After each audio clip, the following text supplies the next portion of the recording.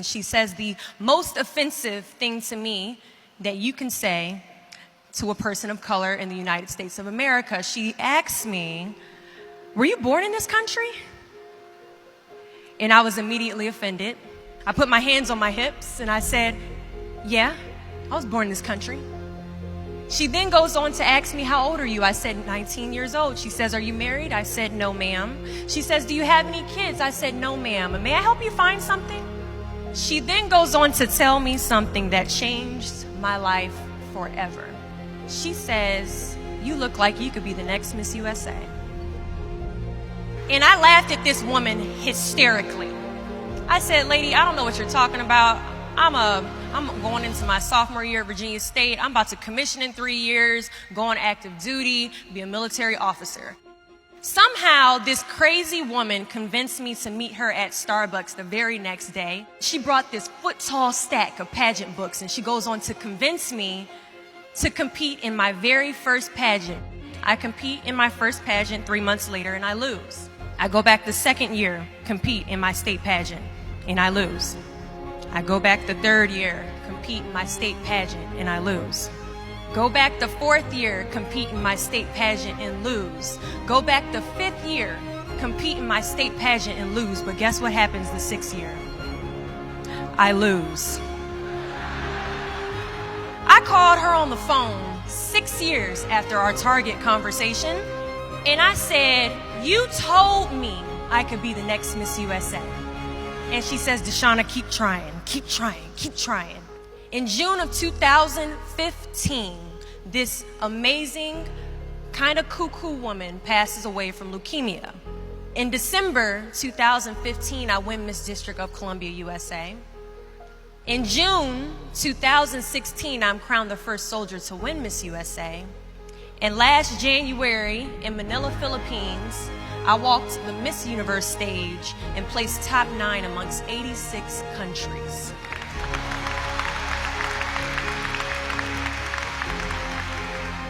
Do not fear failure, but please be terrified of regret.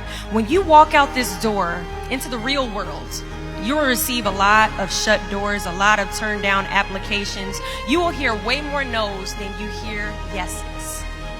Giving up is something I did a lot of growing up, and I don't think I really challenged myself to stick anything through until I joined the track team in middle school.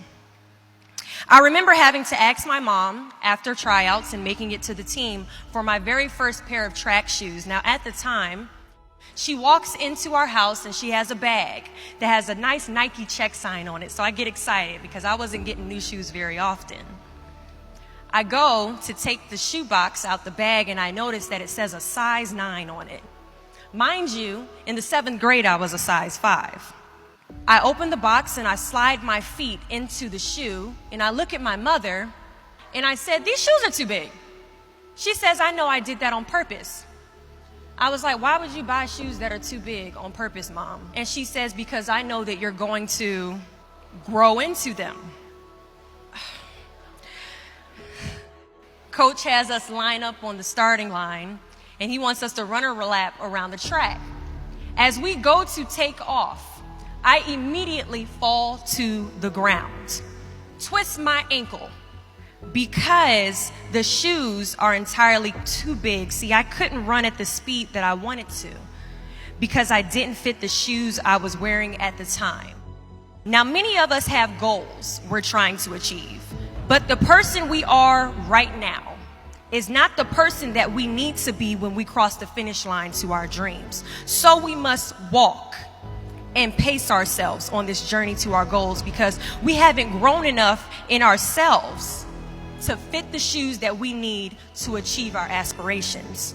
But let me tell you something. If I had won Miss USA my very first year, I would not have been Miss USA. I would not have been the version of myself that I needed to be to properly handle a national title. Many of us aren't ready to walk the race. But understand that as we walk this race, we pace ourselves, and as we pace ourselves, we grow. And as we grow, our foot gets bigger, and as our foot gets bigger, our shoes begin to fill, and as our shoes begin to fill, we can now run a little bit faster, and as we pick up the pace, we get to the finish line at the exact time we are destined to cross it, do not fear the word no, but be afraid of the possibility of a yes that you have prematurely destroyed because you decided to quit before the clock strikes 12. There are a lot of questions that is going to keep you up at night, but I guarantee there isn't one question that will keep you up longer at night than the question, what if I didn't give up?